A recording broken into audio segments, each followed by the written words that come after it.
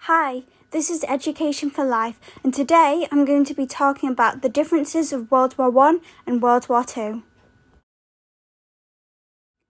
First of all, I'm going to talk about scale of the war. The First World War was largely fought in the Eastern Front, Russia and East Europe, and the Western Front, France and Belgium. Out of the 65 million soldiers who fought, 10 million were killed and 20 million were wounded. The Second World War was fought in Europe, Africa and Asia.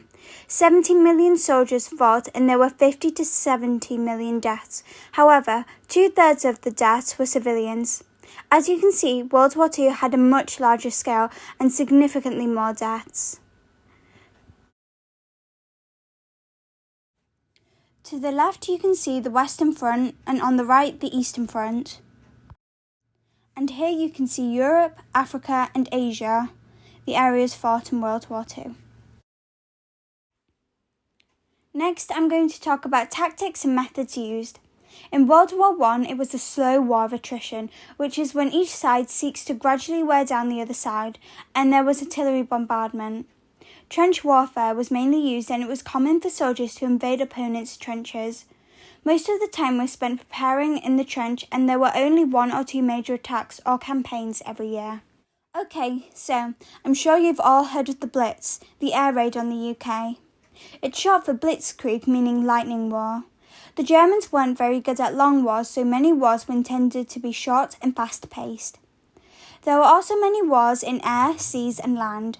In the past, it was forbidden to attack civilians. However, during the Second World War, some perspectives of how civilians contributed to the war changed, and so during World War II, there were many attacks on civilians.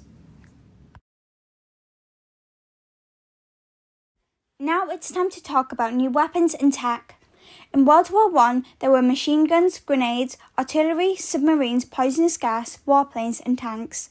In World War II, the first atomic bombs were dropped.